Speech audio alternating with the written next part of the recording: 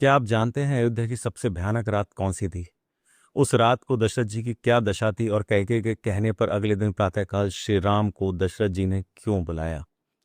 काल रात्रि के समान साक्षात काल रूपी यह रात अयोध्या के इतिहास की सबसे भयानक रात थी।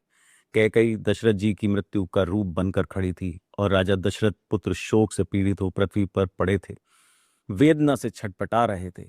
कैकेयी ने कहा, महाराज, अपने 2 वर देने की प्रतिज्ञा की थी और जब मैंने उन्हें मांगा तब आप इस प्रकार सन्न होकर पृथ्वी पर गिर पड़े मानो कोई पाप करके पछता रहे हो।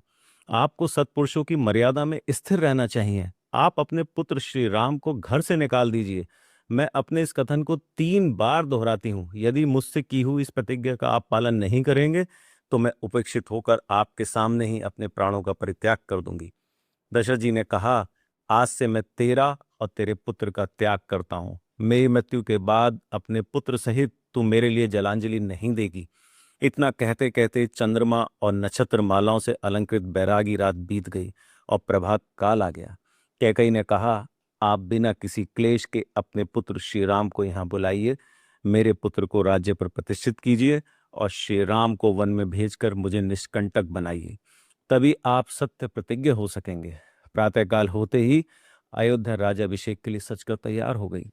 प्रजा में असीम उत्साह था। वशिष्ठ जी राज्याभिषेक की सारी सामग्री लेकर अयोध्या आ चुके थे और दशरथ जी के महल के सामने पहुंचे। वहां सुमंत्र खड़े थे तो वशिष्ठ जी ने सुमंत्र से कहा कि दशरथ जी को बता, सारी सामग्री तैयार है। सुमंत्र अंदर गए तो राजा की हालत देखकर घबराकर पीछे हट गए। तब कैकेयी ने कहा कि तुम तुरंत जाओ और श्री राम को यहाँ बुला लो।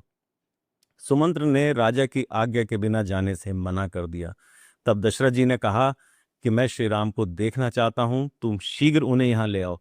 सुमंत्र बाहर निकले, लेकिन वे बहुत ज्यादा संदेह में थे कि इतनी शीघ्रता से कैकेयी श्री राम को वहां क्यों बुला रही हैं।